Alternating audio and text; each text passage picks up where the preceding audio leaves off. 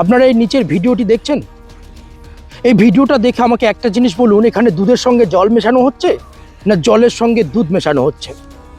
এটি উত্তরপ্রদেশের mid day মিলের ভিডিও, যেখানে এভাবে এক বালতি জলের মধ্যে 3 প্যাকেট দুধ মিশিয়ে বাচ্চাদেরকে পরিবেশন করা হবে বা পরিবেশন করা হচ্ছে। তাহলে বাচ্চারা কতটা সুস্বাস্থ্যের অধিকারী হবে একটু ভেবে দেখুন। আমি এই ভিডিওটা দেখার পর একটু খোঁজ খবর নিলাম যে উত্তরপ্রদেশে এই মিড ডে মিলে বাচ্চাদের জন্য কত টাকা বরাদ্দ আর আমাদের পশ্চিমবঙ্গে কত টাকা বরাদ্দ। খোঁজ খবর নিয়ে যেটা দেখতে পেলাম যে সেম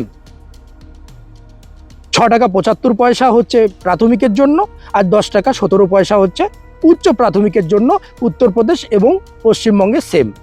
সেই জায়গায় এই উত্তরপ্রদেশের ভিডিওটি আমাদের চোখ খুলে দিতে বাধ্য যে সেখানে কিভাবে বাচ্চাদেরকে দুধের নামে জল পরিবেশন করা হচ্ছে আর এভাবে বাচ্চাদের সুস্বাস্থ্যের অধিকারী করবে। তারা এভাবে করবে, যেখানে পশ্চিমবঙ্গের ক্ষেত্রে আমি একটু এর আগে যেটা জানি, নিজে চাক্ষুষ দেখে যেটা বুঝতে পেরেছি যে পশ্চিমবঙ্গের ক্ষেত্রে মাঝে মাঝে মাংস এবং ডিমের জন্য পশ্চিমবঙ্গ সরকার এক্সট্রা করে বরাদ্দ করে দিত, সেখানে উত্তরপ্রদেশে এই অবস্থা।